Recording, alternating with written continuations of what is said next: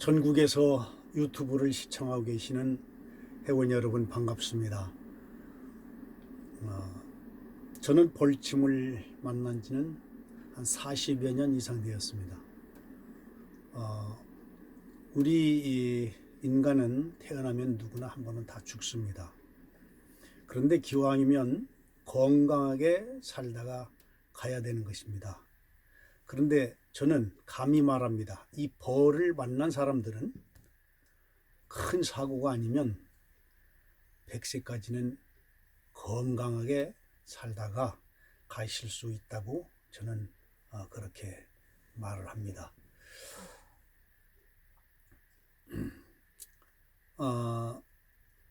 벌은 저는 영충이라고 그렇게 말을 합니다.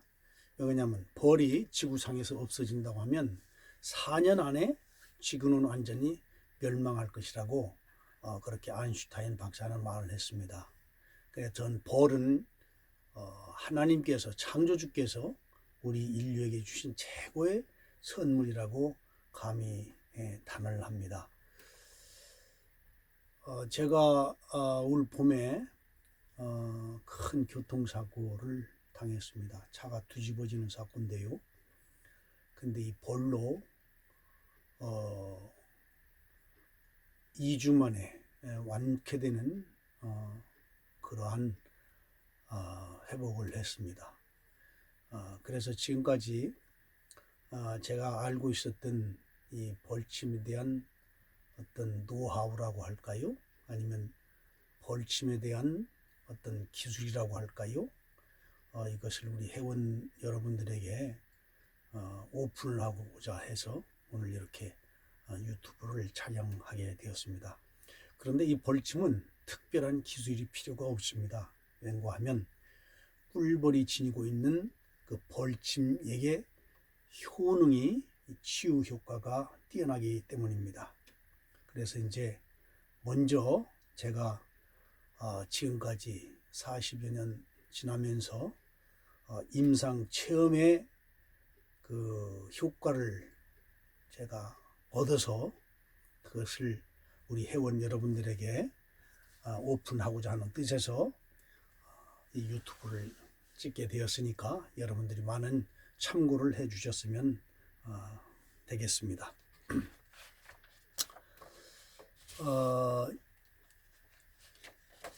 이 벌침은 어떤 그 테크닉이 필요합니다. 그래서 이제 벌의 그 쏘이는 깊이는 표피까지, 쉽게 해서 우리 살갗이라고 한다면 살짝, 이 껍질 살짝 들어가는 것을 이 표피라고 합니다. 그런데 표피까지가 적당합니다. 그리고 표피까지 놓기 위해서는 벌의 궁둥이에서 침을 뽑아 가지고 놓는 것이지요. 쉽게 해서 그것을 이제 우리는 발침이라 그렇게 얘기하는데, 많은 사람들은 벌침을 직침을 놔야 된다. 쉽게 해서 살아있는 놈을 갖다가 직접 놓아야 효과가 있다. 그런데 그것은 많이 아픕니다. 그것은 진피까지 들어가기 때문에 상당히 아픕니다. 그런데 이 벌은 한두 번 맞고 끝나는 것이 아니고 평생 우리가 맞는 것이기 때문에 그렇게 아프게 맞으면 몇 번 맞다가 아파서 못 맞겠다고 포기를 하게 되지요. 그래서 벌의 꽁지에서 침을 빼가지고 살짝 놓는 둥 마는 둥 이렇게 표피까지만 놓으면은 약이 들어가기 때문에 벌침에 대한 그 효과는 똑같습니다. 그래서 이제 벌침의 어떤 그 왜 그렇게 벌침이 그렇게 좋은가? 그럼 벌침 속에는 그 여러 가지 그 성분이 들어 있습니다. 멜리틴, 또 어파민, 포스포리파제, 히스타민, 히알루론 다제, 또 펩타이드, 여러 가지 이제 효과가 많이 있는데, 이것은 우리 몸속에 들어가서 멜리틴 같은 것은 세포 용해 작용을 하지요. 또 어파민, 이것은 신경계통의 어떤 진통효과, 항염증 작용을 하는 물질이고요. 또 포스파리파제는 세포조직 분해하지요. 그러니까 암세포를 죽인다든지, 내내 이제 히올로른다제도 이제 A2라는 건데 이것도 내내 조직 분해 작용을 하는데, 이럴 경우 쉽게 해서 어떤 종양 종류를 우리가 치료하고자 할 때는 깊이 놓습니다. 직심으로. 왜냐하면 진피까지 들어가야 하기 때문에. 그렇지 않은다면 표피까지만 살짝 놓으면 아주 효과가 좋습니다. 그 다음에 이제 여러 가지 성분이 있습니다만은 이제 전문적인 용어는 이제 생략하고요. 이제 시술상의 주의사항이 있습니다. 시술상의 주의사항은 벌침을 맞기 한 2시간 전후에는 목욕을 해서는 안 됩니다. 왜 거냐면 목욕을 하게 되면 어떤 그 혈관의 수축 작용으로 인해 가지고 벌침 성분이 빠져나갑니다.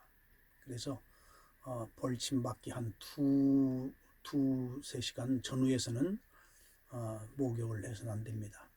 그러니까 벌침을 맞을 때는 이러한 그 주의사항이 있고요. 그 다음에 또 벌침을 맞기 전후에는 술을 먹어서는 안 됩니다. 제가 이제 이것을 임상하기 위해서 술을 먹은 사람한테 벌침을 한번 제가 놔봤습니다. 그런데 술을 먹은 분한테 이 벌침을 놨더니 몸 전체가 두드러기가 나고 정말 아주 놀랄 정도로 힘든 상황이 벌어졌습니다. 또 심장에 부담을 많이 줍니다. 그래서 벌침 맞기 전후에는 술을 먹어서는 안 됩니다. 그리고 피곤할 때 벌침을 맞아서는 안 됩니다.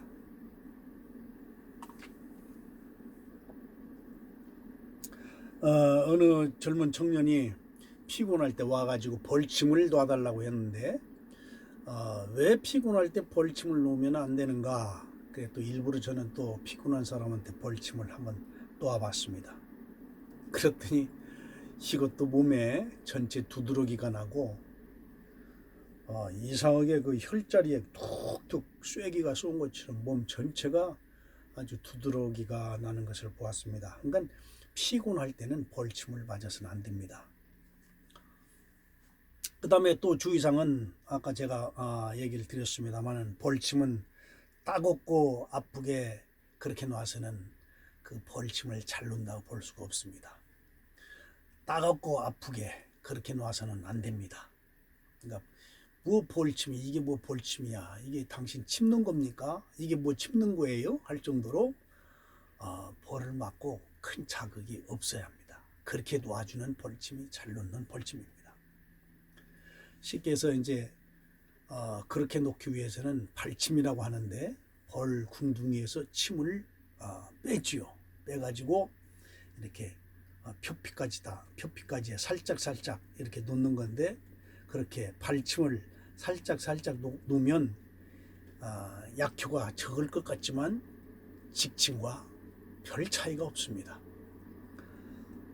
그 다음에 벌침은 한 번에 많은 양을 놔서는 안 됩니다. 처음에는 하나 가지고 1침, 그 다음 2침, 3침, 4침 이렇게 늘려가면서 놓는 겁니다. 그러니까 벌침을 안 맞아봤다고 하는 사람한테 아주 그냥 어떤 사람 직침으로 한두 방 놔가지고 아주 그냥 큰 위험에 빠져가지고 119 전화를 불러서 가는 것도 보았습니다만은, 이제 그런 사람은 벌침 잘못 맞으면 큰일 난다고 병원 실려간다고 이제 그런 사람들 입에서 그런 이야기가 나오는 것입니다. 벌침은 절대 위험하지 않습니다. 누구나 다 어린아이서부터 늙은이까지 다 벌침은 맞을수록 좋습니다. 그래서 이제 처음 벌침을 대할 때는 체질을 좀 알아야 됩니다. 그래서 이 사람이 알레르기 체질인지 그렇지 않은지 이걸 잘 파악을 해서 알레르기 체질일 때는 이제 발침으로 하나씩 늘려나가는 것입니다. 이 알레르기 체질에다가 직침을 한 방 내지 두 방 이렇게 놓으면 어떤 분은 즉시 호흡곤란이 옵니다. 눈이 충혈되고 오한등이 옵니다. 바로 이런 사람들은 벌침 맞고 내가 놀랬다고 깜짝 놀라면서 절대 벌침을 맞으면 안 된다고 그렇게 얘기를 하죠. 그러니까 이제 그 사람의 체질을 모르고 무조건 벌침을 놓기 때문에 그렇습니다. 그러니까 벌침을 맞아봤는가 안 맞아봤는가. 그래서 이제 안 맞아봤다고 하는 사람은 그 알레르기 체질인지 아닌지 그 어떤 증상을 테스트를 또 해봐야 됩니다. 그러니까 처음에는 이제 발침으로 놓다가 나중에 이제 어느 정도 몸에 적응이 되면은 이제 그런 경우는 난 직침 맞아도 괜찮겠다 그렇게 생각하면 이제 자기가 직침을 놓는 것이죠. 그리고 이제 벌침을 한 3회 내지 4회 정도, 한 5회 정도 되면은 몸살 난 사람처럼 균이 쭉 빠지고 좀 몸살 난 것 같은 그러한 증상이 옵니다. 그러나 그것은 뭐 큰 잘못된 것이 아니기 때문에 그냥 하룻밤 자든지 그냥 하루 이틀 지나면 그런 증상은 싹 없어지니까 큰 뭐 걱정 안 하셔도 됩니다. 그런데 이제 문제는 한 20회 내지 30회 정도 맞으면은 반 이상이 그렇습니다. 반 이상이 쉽게 해서 무릎이 아파서 벌침을 맞기 시작했다. 효과가 상당히 좋았는데 어느 날 갑자기 막 무릎이 끊어지는 것처럼 아프고 벌침을 안 맞을 때보다 더 아프다. 그리고 막 팔이 무릎이 끊어지는 것 같아서 더 이상 못 맞겠다고 그렇게 얘기를 합니다. 바로 이러한 어떤 시술상의 어떤 주의사항을 모르면은 이제 이런 사람은 두 번 다시 벌침을 안 맞지요. 왜냐하면 나하고는 벌침이 안 맞나 보다. 그럼 옆에서 이런 것을 모르는 사람도 같이 글쎄요. 선생님은 벌침이 안 맞나 봅니다. 근데 그건 벌침이 안 맞는 게 아닙니다. 그것은 그 뭐라고 얘기하면 좋을까요? 명현현상이라고 할까요? 아프지 않았던 곳이 아프게 되고 벌침 맞았던 그 자리가 상당히 더 아프게 되지요. 그것은 이제 증상이 치료되는 과정인데 그럴 때는 괜찮다고 맞자고 그렇게 억지로 하지 마시고 그래요. 이게 증상이 치료되는 과정이기 때문에 잠시 쉬었다가 맞으십시다. 그래서 그 증상이 가라앉을 때까지 뭐 3일도 좋고 5일도 좋고 그냥 푹 쉬시면 됩니다. 그래서 그 증상이 아픈 증상이 없어지면 다시 시술을 하게 되면 그분은 아주 벌침의 효과를 단단히 보기 때문에 무릎으로 더 이상 고생하는 그러한 일은 없게 될 것입니다. 그다음 또 이제 문제가 되는 게 뭐냐면 가려움입니다. 벌침을 맞다가 거의 한 반절이 포기하시는 분들이 이 가려움증에 못 맞겠다고 합니다. 그런데 이 가려움이 오래 가는 사람은 한 10회, 일찍 적응된 사람은 한 7, 8회 맞을 때까지 이 가려움이 옵니다. 상당히 가렵죠. 저도 초창기에는 얼마나 가려웠던지 아침에 일어나 보니까 벌침 맞은 자리가 다 껍질이 벗겨졌어요.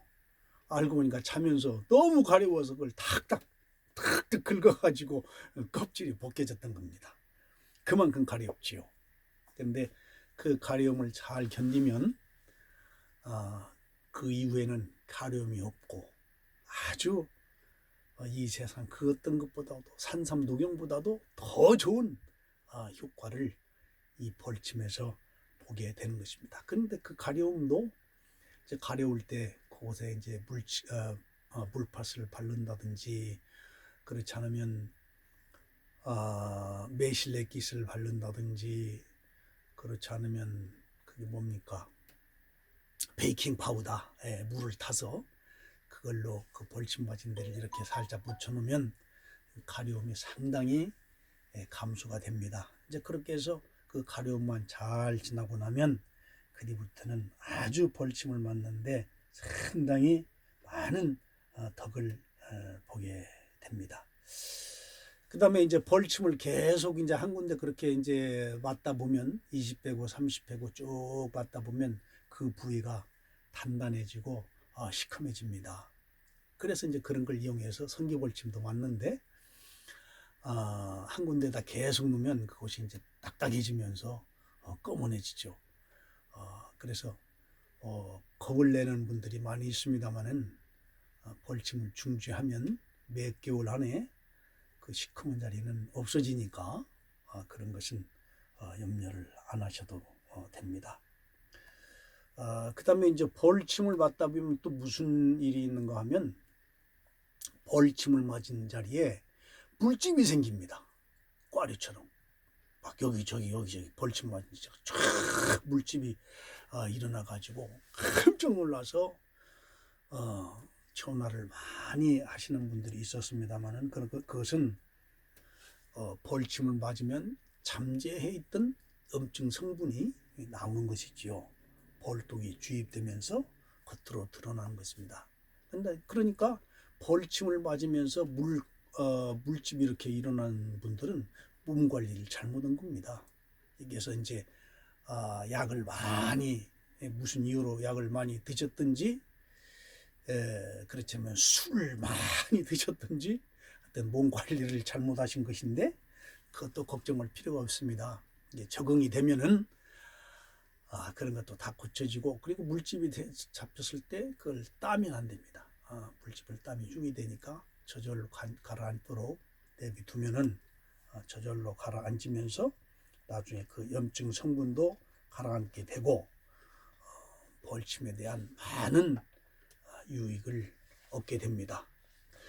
그러면 다음 시간부터는 이제 간단한 벌침의 그 부위, 쉽게 해서 감기면 감기, 칙농증이면 칙농증, 갑상선이면 갑상선, 관절이면 관절, 비만이면 비만, 불면이면 불면증, 천식이면 천식, 이런 것에 대한 간단한 시술 요령을 제가 다시 알려드리도록 하겠습니다. 오늘은 여기까지 마치겠습니다. 감사합니다.